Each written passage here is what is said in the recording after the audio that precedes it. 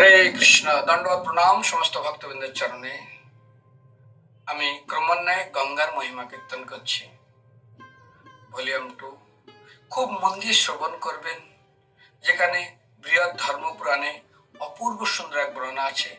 যেমন এরকম একটা বর্ণনা পাওয়া যায় না, একসময় সমস্ত ঋষিরা চিন্তা করেছিলেন যে শ্রেষ্ঠ ভগবানকে, শ্রেষ্ঠ অধিকারীকে, শিব, ব্রহ্মা না বিষ্ণু।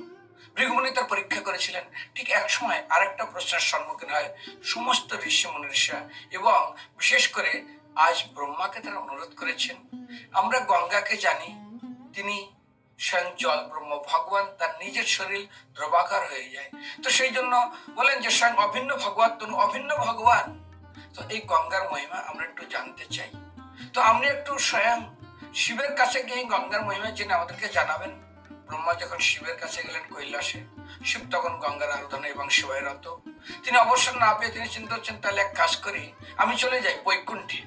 তো বৈকুণ্ঠে যাই বলে ওখান থেকে তিনি রওনা হলেন। কিছুদূর যেতে এমন একটা জোরদার বায়ু আসলো, বায়ুর বেগে তড়িত হয়ে তিনি এমন একটা জায়গায় গিয়ে পৌঁছে দিলেন আটমুখ ব্রহ্মা। রে, আটমুখ ব্রহ্মা প্রণাম করে বলছে, আপনি কে?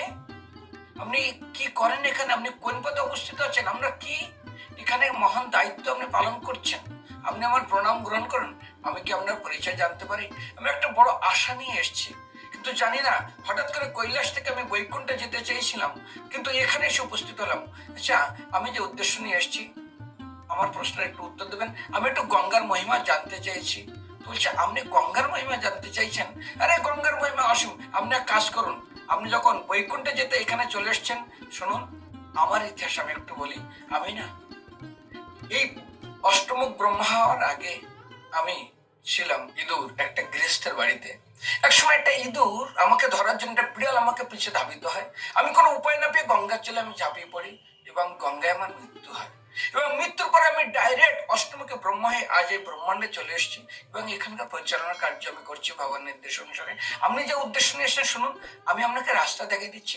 আপনি এই রাস্তায় আপনি বৈকুণ্ঠে যান, এর মহিমা ভগবান ছাড়া কেউ বলতে পারবে না। বলে, আচ্ছা তাহলে আপনি আমাকে রাস্তা দেখিয়ে দিন। তিনি রাস্তায় আসছেন, হঠাৎ করে আবার একটা এমন জোরদার ঝড় কিংবা বাতাস আসলো।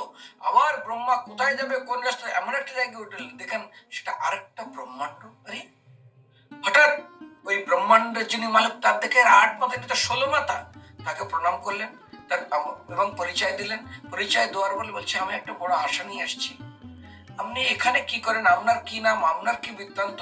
বলে, তোমার আশাটা কি? তুমি কি প্রশ্ন নিয়ে কোথায় যেতে চাও? আমি বৈকুণ্ঠে যেতে চেয়েছি। কেন? না না, সমস্ত ঋষিরা আমার কাছে নিবেদন করেছে একটু গঙ্গার মহিমা জানার জন্য। তো আমি যাচ্ছি বৈকুণ্ঠের স্বয়ং নারায়ণের কাছে গঙ্গার মহিমা শ্রবণ করতে। বলে, আপনি কি কিছু জানেন? বলে, আমি আর কি জানবো? আরে আমাকে দেখছো না, আমি আটমুখী ব্রহ্মা। আমার আগের জন্মের ইতিহাস শোনো। আমি গঙ্গার তীরে বাস করতাম, একটা কুকুর ছিলাম। কোনো কারণে একবার কোনো মৃত শরীর খেতে গেছি এবং তার হাড় আমার গলায় আটকে যায় এবং আমি গঙ্গার জলে আমি শরীর ছেড়ে দিই এবং আমি মৃত্যুর পর আজ 16মুখী ব্রহ্মা হয়ে জন্মগ্রহণ করেছি। আর আমি এত বড় দায়িত্ব পেয়েছি এবং এত ঐশ্বর্যময় সংসারে আমি এখন থাকছি। তো শোনো, তুমি যদি সত্যি জানতে চাও, আমি তোমাকে রাস্তা দেখিয়ে দিচ্ছি। তুমি এই রাস্তায় বৈকুণ্ঠে চলে যাও এবং আমি তোমাকে সাহায্য করবো বৈকুণ্ঠে যাওয়ার জন্য। এবং রাস্তায় গেলেন, হঠাৎ ব্রহ্মা যখন সেই বৈকুণ্ঠ প্রবেশ করার আগে দেখলেন চতুর্ভুজ রূপ 4 জন স্বয়ং বিষ্ণু দাঁড়িয়ে আছে। তিনি প্রণাম করে বলতেন, রে আমি তো জানতাম বিষ্ণু একজন, আপনারা 4 জন। আমি খুব বড় একটা আশা নিয়ে এসেছি, ঋষিদের সবার অনুরোধে আমি গঙ্গার মহিমা জানতে এসেছি। এই মহিমা আমরা 4 জন। তো কে বিষ্ণু? আমাকে একটু বলুন। বলে, এই আমরা বিষ্ণু না, আমরা বিষ্ণু। তুমি গঙ্গার মহিমা জানতে চাও? তো আমাদের কথা শুনো।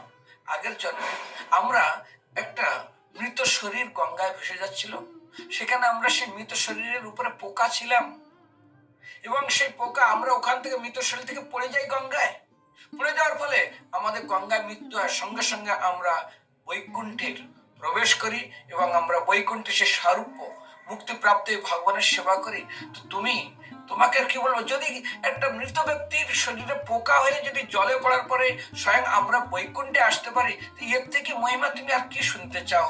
এই বলে ব্রহ্মা মনে মনে চিন্তা করলেন, আরে এত সুন্দর মহিমা, তাহলে আমি আর ভগবানের কাছে যাব।